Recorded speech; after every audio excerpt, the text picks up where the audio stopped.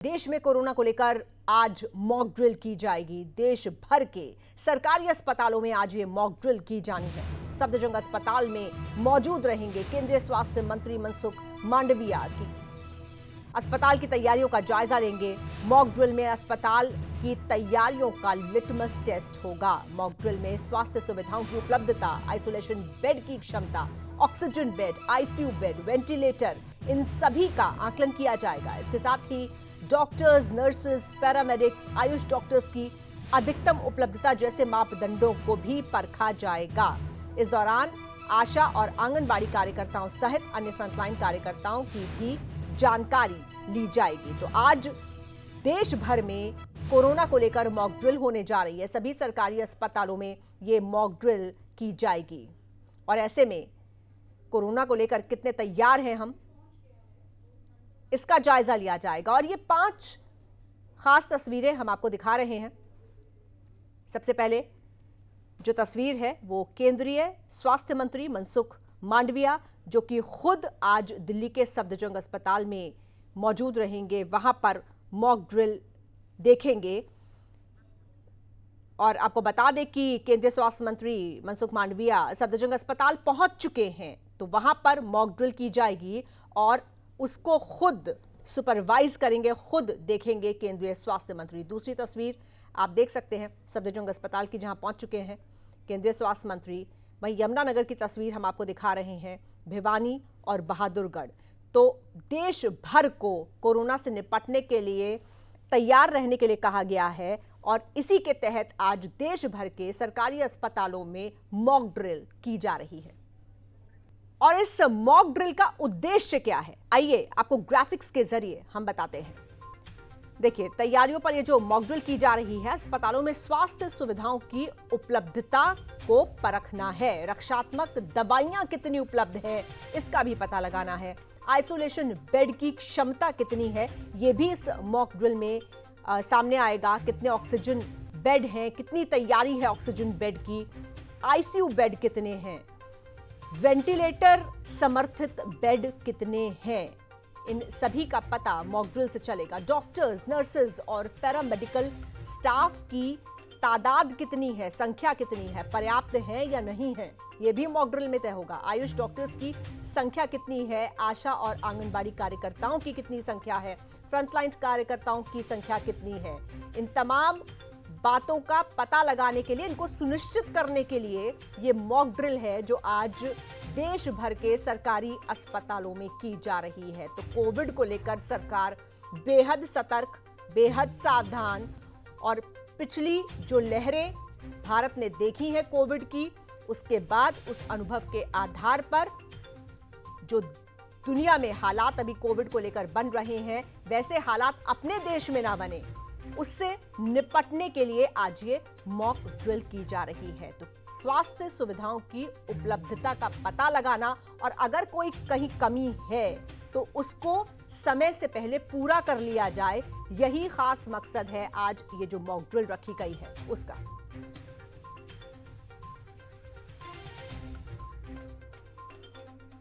और आइए हम सीधे रुख करेंगे अपने संवाददाताओं का। आपको बता दें, दिल्ली से हमारे साथ विनय सिंह जुड़ रहे हैं, फरीदाबाद से दीपक गौतम जुड़ रहे हैं, गुरुग्राम से नीरज अंबावता जुड़ रहे हैं। सभी के पास चलेंगे एक एक करके और जानेंगे कि वहां क्या स्थिति है कोविड से निपटने की और किस तरह से जो तैयारियां हैं उनको अंजाम दिया जा रहा है। सबसे पहले विनय, आपके पास आते हुए, क्योंकि दिल्ली जहां पर केंद्रीय स्वास्थ्य मंत्री खुद सफदरजंग अस्पताल पहुंचे हैं, वहां की मॉक ड्रिल के साक्षी बनने के लिए, उसको देखने के लिए, सुपरवाइज करने के लिए, ये बताइए कि किस तरह की सावधानियां बरती जा रही हैं, किस तरह की तैयारियां हैं दिल्ली के अस्पतालों में? बिल्कुल, तैयारियों का जायजा लेने के लिए ही ये मॉक ड्रिल देश भर के सभी सरकारी अस्पतालों में आज की गई है। स्वास्थ्य मंत्रालय की तरफ से कुछ दिनों पहले ही आज की तारीख का ऐलान किया गया था और जिसके तहत केंद्रीय स्वास्थ्य मंत्री मनसुख मांडविया भी सफदरजंग अस्पताल थोड़ी देर पहले ही पहुंचे हैं। अब ये स्वास्थ्य मंत्रालय देखना चाहता है कि अगर कोई आपातकालीन स्थिति आती है तो सरकारी अस्पताल कितने तैयार हैं, जिसलिए ये मॉक ड्रिल कराई गई है। अभी से थोड़ी देर में ही मॉक ड्रिल शुरू हो जाएगी सफदरजंग अस्पताल में, और इसी तरह से देश भर के अलग अलग सरकारी अस्पतालों में मॉक ड्रिल कराई जा रही है। इस मॉक ड्रिल का सबसे बड़ा उद्देश्य है कि कितनी क्षमता है, वेंटिलेटर बेड कितने हैं, ऑक्सीजन बेड कितने हैं, ऑक्सीजन की क्षमता कितनी है, अगर एक साथ मरीजों की संख्या बढ़ती है तो डॉक्टर्स की कमी ना हो, डॉक्टर्स की संख्या कितनी है, आयुष विभाग में कितने डॉक्टर्स हैं। और इसके साथ ही साथ हमने पिछली बार देखा जब साल 2020 और साल 2021 में कोरोना की लहर आई थी तो कई जो एनजीओ हैं, साथ ही साथ कई आंगनवाड़ी वर्कर ने भी इसमें सहयोग दिया था। तो ये तमाम तरह से खाका स्वास्थ्य मंत्रालय अपना तैयार करना चाहता है, क्योंकि हमने जब पिछली बार देखा था तो स्वास्थ्य मंत्रालय की तरफ से जो तैयारियां थी वो कोरोना आने के बाद शुरू हुई थी, लेकिन इस बार तैयारियां कोरोना की आहट से पहले शुरू कर दी गई है। चीन, जापान जैसे देशों में जिस तरह से कोरोना के आंकड़े रोज सामने आ रहे हैं, लोग पॉजिटिव हो रहे हैं, संक्रमित हो रहे हैं, लोगों की मौत का आंकड़ा चीन और जापान में बढ़ रहा है, उससे बचने के लिए भारत ने भी अपनी तैयारियां कर ली है, सतर्क हो गया है भारत। और पिछले कुछ दिनों से लगातार, हम पिछले अगर 10 दिनों के आंकड़ों पर नज़र डालें तो लगातार केंद्र सरकार की तरफ से, स्वास्थ्य मंत्रालय की तरफ से हाई लेवल मीटिंग की जा रही है। बाकायदा प्रधानमंत्री भी हाई लेवल मीटिंग कर चुकी है।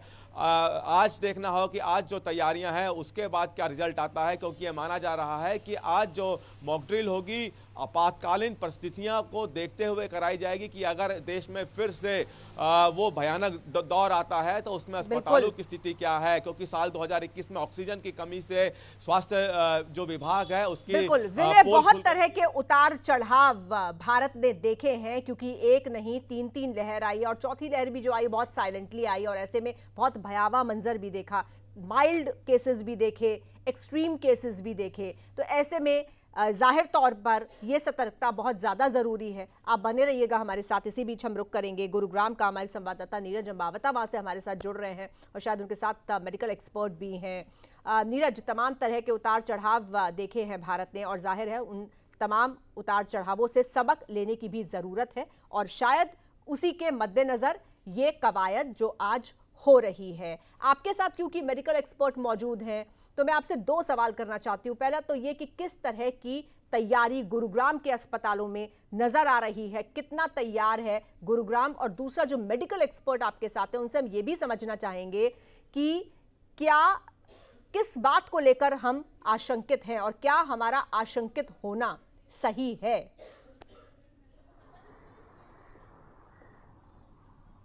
जी बिल्कुल, देखिए अगर हम गुरुग्राम की बात करते हैं और पूरे हरियाणा की बात करते हैं तो हरियाणा में जिस तरह से अभी भी 25 मामले एक्टिव हैं तो उसमें से सबसे ज़्यादा हालात गुरुग्राम के ख़राब है, और गुरुग्राम में 16 जो है वो कोरोना के मामले एक्टिव है। और ऐसे में लगातार हेल्थ विभाग ने प्राइवेट हॉस्पिटलों के साथ साथ सरकारी अस्पतालों को दिशा निर्देश जारी किए हैं और 24 घंटा अलर्ट मोड पर रहने के आदेश हेल्थ विभाग की तरफ से दिए गए हैं। और गुरुग्राम की अगर हम बात करें तो 50 बेड से ज़्यादा जितने भी गुरुग्राम के हॉस्पिटल हैं उनकी संख्या बताई जा रही है कि 43 की संख्या है।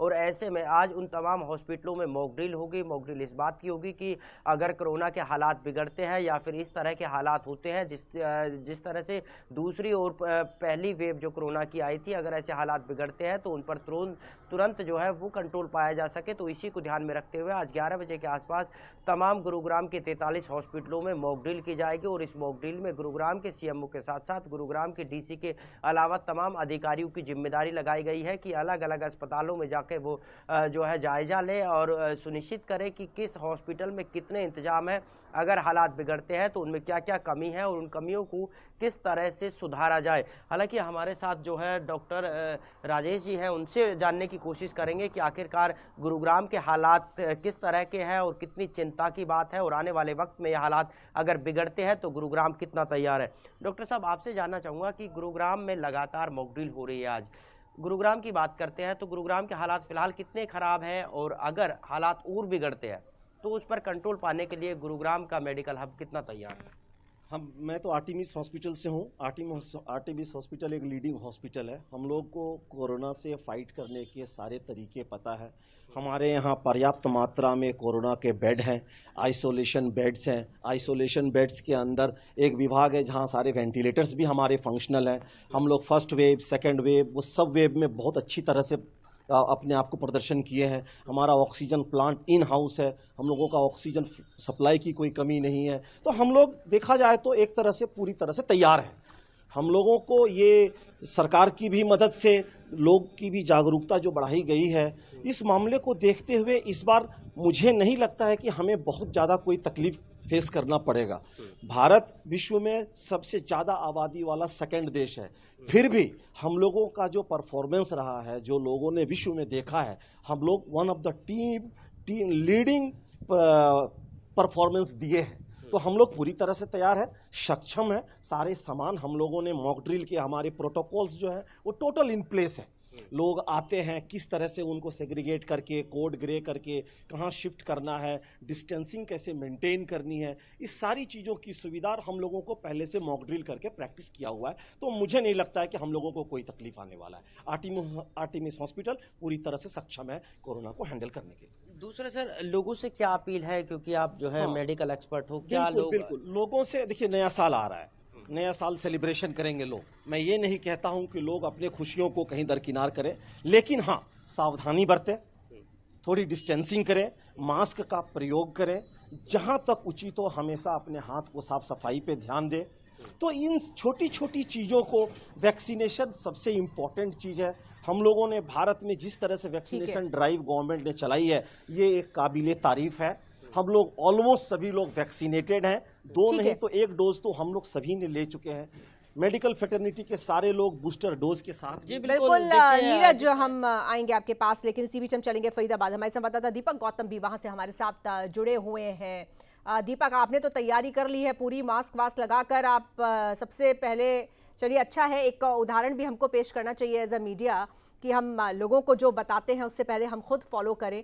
तो मास्क एक प्रिवेंशन का सबसे कारगर तरीका है, सबसे श्योर शॉट तरीका है। मुझे बताइए, प्रिवेंशन के तौर पर क्या क्या चीज़ें हैं जिनको फरीदाबाद में मैंडेटरी किया गया है, और क्या चीज़ें हैं जो अभी स्वेच्छा पर छोड़ी गई हैं? और साथ ही साथ आपके साथ अगर मेडिकल एक्सपर्ट मौजूद हैं तो उनसे मेरा सवाल यही होगा कि चीन में जो हालात बन रहे हैं, क्या उससे हमको या भारत में भयभीत होने की ज़रूरत है?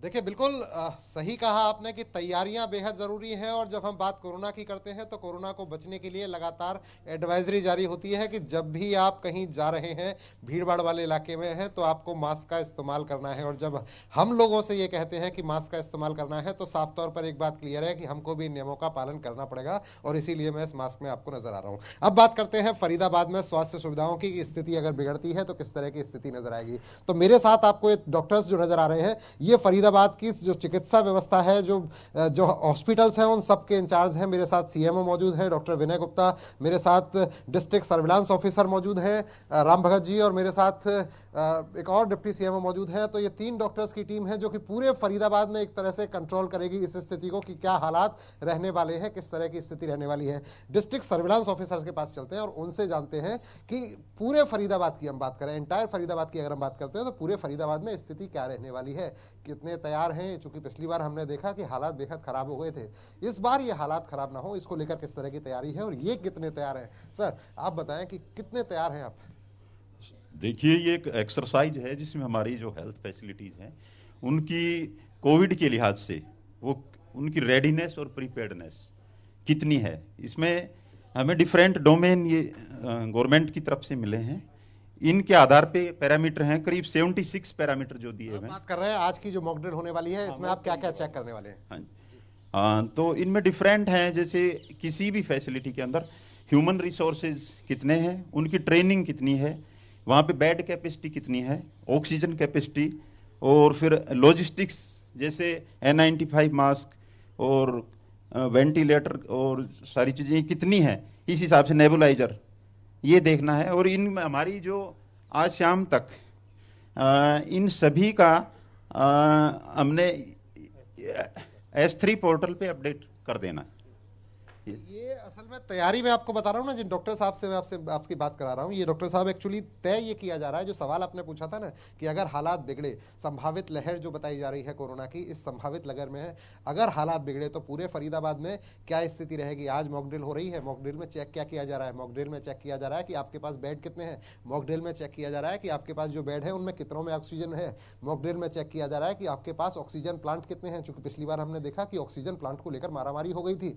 मॉकड्रिल में चेक किया जा रहा है कि अगर स्थिति बिगड़ी तो वेंटिलेटर आपके पास कितने हैं, मॉक ड्रिल में चेक किया जा रहा है कि आपके पास बेड कितने हैं, क्योंकि पिछली बार हमने देखा कि बेड के लिए मारामारी हो गई थी और बेड के लिए स्थिति ये हुई कि लोगों को सिफारिशें लगानी पड़ी, लोगों ने बहुत पैसा खर्च किया, बावजूद इसके उनको एंट्री नहीं मिल पाई, वो उनको बेड नहीं मिल पाया। मॉक ड्रिल में चेक क्या किया जा रहा है, मॉक ड्रिल में चेक किया जा रहा है कि आपके पास मास्क कितने हैं, मॉक ड्रिल में चेक किया जा रहा है कि आपके पास कितने दवाइयां हैं, सारी चीजें, एक एक चीज पे पूरी तरह से ध्यान दिया जा रहा है। पिछली बार से सबक लिया है स्वास्थ्य विभाग ने, और सबक ये लिया है कि किसी भी तरह की कमी जो पिछली बार सामने आई वो इस बार ना आए। सीएमओ साहब हमारे साथ मौजूद है, डॉक्टर विनय गुप्ता, इनसे जानते हैं। सीएमओ साहब, आप बताएं, ये तैयारियां जो आप कर रहे हैं, आज आप जो चेकअप कर रहे हैं, अपना ही इसे आकलन कहते हैं, एक्चुअली आप मॉक ड्रिल कहते हैं, मैं इसे आकलन कहता हूं, आप जो आकलन कर पा रहे हैं इसमें आप अपने आप को कहां पाते हैं?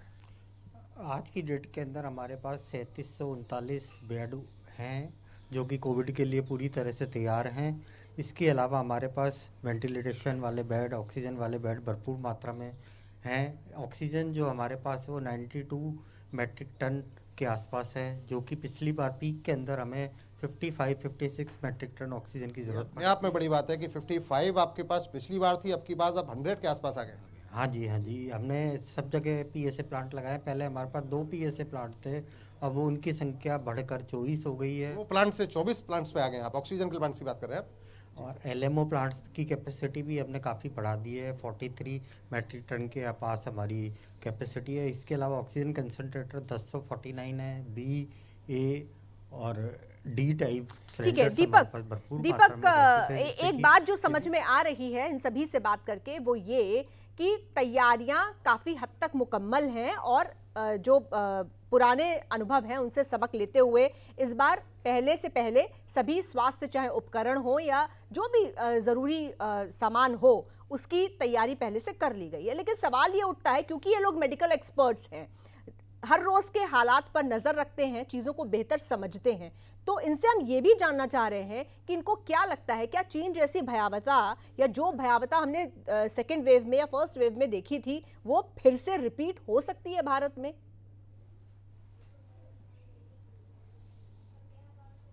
बिल्कुल बिल्कुल, ये सवाल बेहद जायज़ है और जितने भी लोग हैं, पूरे देश में जितने लोग हैं, उनके मन में भी यही सवाल है कि जो स्थिति हमने पिछली बार देखी, चीन में अभी जो स्थिति चल रही है, क्या लगता है आपको कि ये हालात इंडिया में हो सकते हैं? क्या इतने बुरे हालात होने की स्थिति है? क्योंकि बीच में भी ये कोरोना की वेव आई थी जिसने भारत में कोई बहुत बड़ा प्रभाव नहीं डाला था। तो आपको क्या लग रहा है, ये जो वेव है ये भारत के लिए कितनी खतरनाक हो सकती है? आपका अनुभव क्या कहता है? ये ओमिक्रॉन के सब वेरिएंट BF7 के द्वारा ये वेव फैल रही है। इंडिया के अंदर हमारे लगभग 100% फर्स्ट और सेकंड डोज लग चुकी है, सब लोग प्रोटेक्टेड हैं। तो जो हमारे पास केसेस आएंगे लगता है कि वो सीरियस कंडीशन में नहीं होंगे, लेकिन जिन्होंने प्रिकॉशनरी डोज नहीं लगवाई है उन सबको हम एडवाइस करते हैं कि वो प्रिकॉशनरी डोज ज़रूर लगवाएं और कोरोना अप्रोप्रिएट बिहेवियर का सभी जने पालन करें, जिसके अंदर 2 गज की दूरी, मास्क पहनना और फ्रिक्वेंट हैंड वॉशिंग का ध्यान रखना है, और मास गैदरिंग, बहुत ज़्यादा गैदरिंग में लोग ना जाएं और उस जगह इकट्ठे ना हो जिससे कि इसका स्प्रेड हो सके। इसी सवाल के साथ मैं दूसरे डॉक्टर के पास आता हूं, क्योंकि 3 डॉक्टर्स का पैनल हमारे साथ है और तीनों वो लोग हैं जो कि पूरी तरह से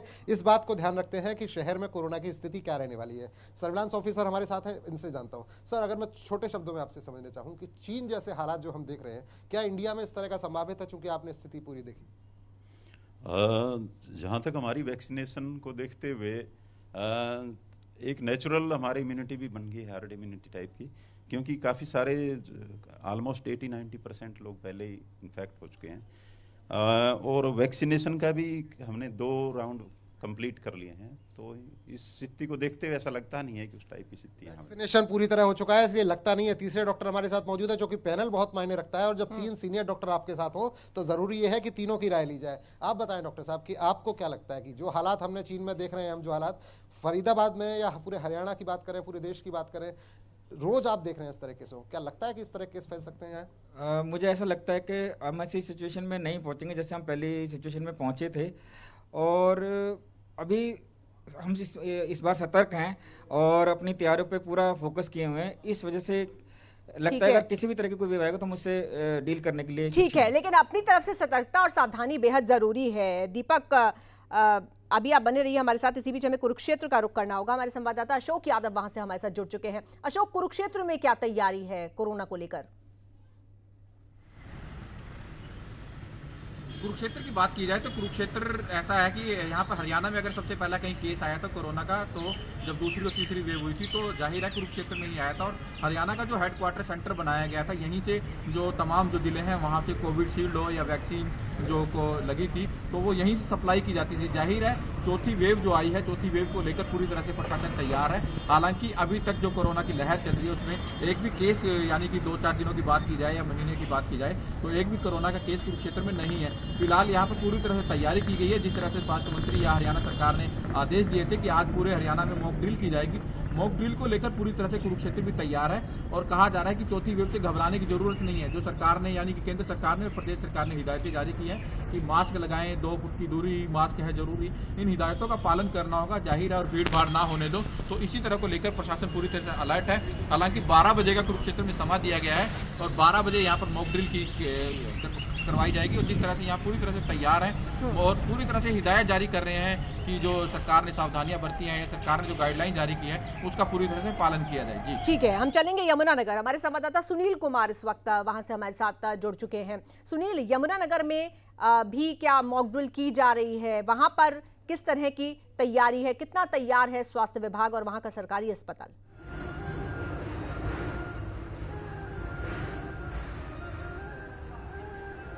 जी बिल्कुल, आपको बता दूं कि यमुनानगर स्वास्थ्य विभाग जो है कोरोना को लेकर पूरी तरह से तैयार है। यमुनानगर में जो नए वेरिएंट के जो है 2 नए मामले सामने आए थे, जिसके बाद जो है लगातार स्वास्थ्य विभाग अलर्ट पर है। और ईएसआई अस्पताल, जहां पर पहले भी कोविड सेंटर बनाया गया था, वहां पर जो है ईएसआई अस्पताल में ही दोबारा से कोविड सेंटर बनाया गया है। अभी की बात करें तो यहाँ पर 3 जो वेंटिलेटर बेड है उनकी तैयारियां पूरी हैं और इसके अलावा 7 बेड जो है आइसोलेशन के लिए भी तैयार हैं। और पूरी तरह से जो है जो ईएसआई हॉस्पिटल है उसका जो है 1 फ्लोर जो है पूरा जो है अभी फिलहाल के लिए जो है कोरोना के लिए ले लिया गया है। वहीं स्वास्थ्य विभाग का कहना है कि यदि जरूरत पड़ती है तो 3 फ्लोर जो है ईएसआई अस्पताल के दोबारा से जिस तरह सेकंड वेव में लिए गए थे उसी तरह दोबारा से जो है 3 फ्लोर को ले लिया जाएगा। और इसके अलावा भी अगर जरूरत पड़ती है तो सरकारी अस्पताल की भी नई बिल्डिंग बनकर पूरी तरह से तैयार है।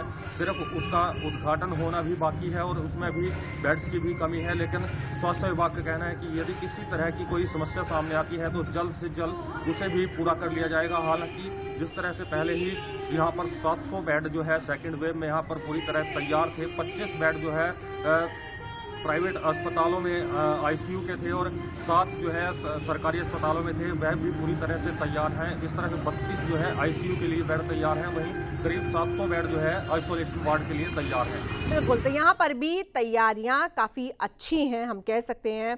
चलेंगे बहादुरगढ़। प्रदीप धनखड़ हमारे संवाददाता को हम देख सकते हैं, वहां से हमारे साथ लाइव जुड़ चुके हैं। प्रदीप, बहादुरगढ़ से क्या खबर है? किस तरह की तैयारियां हैं कोविड की अगर फिर से कोई लहर आती है भारत में और अगर बहादुरगढ़ में इसका असर होता है तो उससे निपटने के लिए? जजिता, बिल्कुल देश की राजधानी दिल्ली से सटा हुआ शहर बहादुरगढ़ है और बहादुरगढ़ में पहले भी जब कोरोना की एंट्री हुई तो राजधानी दिल्ली जो आने जाने वाले लोग थे उनमें सबसे ज्यादा कोरोना संक्रमण मिला था, जिसकी वजह से बहादुरगढ़ के लोगों को काफी परेशानी हुई और धीरे धीरे करके जिले भर में रोगियों की संख्या बढ़ती गई थी। लेकिन अब अच्छी बात यह है कि अब तक कोरोना का कोई नया मामला सामने नहीं आया है। सिर्फ एक मामला ही जो है पूरे झज्जर जिले में अब तक मिला है जब से ये नए मामले आने शुरू हुए हैं। लेकिन जब पहली बार कोरोना की एंट्री बहादुरगढ़ और झज्जर जिले में हुई थी तो स्वास्थ्य विभाग के जो इंतजाम थे वो नाकाफी साबित हुए थे, क्योंकि जगह जगह देखा था कि हमने जो मरीज हैं वो अस्पतालों के चक्कर काट रहे, उन्हें बेड नहीं मिल रहे, ऑक्सीजन नहीं मिल रहे। लेकिन उससे सबक लिया स्वास्थ्य विभाग ने और अब स्वास्थ्य सेवाओं को काफी बेहतर किया गया है। आधा दर्जन से ज्यादा नए ऑक्सीजन सेंटर बनाए गए हैं सरकारी अस्पतालों के साथ साथ कई प्राइवेट जगह पर भी जो है ऑक्सीजन प्लांट लगे हैं। इतना ही नहीं, बेड तक ऑक्सीजन पहुंचाने का काम भी बहादुरगढ़ हो, झज्जर के अस्पताल हो, वहां पर कर दिया गया है। आईसीयू में बेडों की संख्या बढ़ाई गई है, वेंटिलेटर्स की संख्या में इजाफा हुआ है। इतना ही नहीं, जो बायोपेप मशीनें थी या फिर जो एम्बुलेंस थी, उन सभी की संख्या में अब बढ़ोतरी हुई है। वैक्सीनेशन भी पूरी तरह से अच्छे ढंग से की गई और काफी सारी जो लोग हैं उन्हें फर्स्ट और सेकंड डोज लगाई गई। इसलिए हम कह सकते हैं कि झज्जर स्वास्थ्य विभाग पूरी तरह से तैयार दिखाई दे रहा है। पूरी तरह से तैयार है स्वास्थ्य विभाग। बिल्कुल प्रदीप, बहुत शुक्रिया आपका हमारे साथ जुड़ने के लिए, इस जानकारी के लिए। हमारे सभी संवाददाताओं का बहुत बहुत धन्यवाद।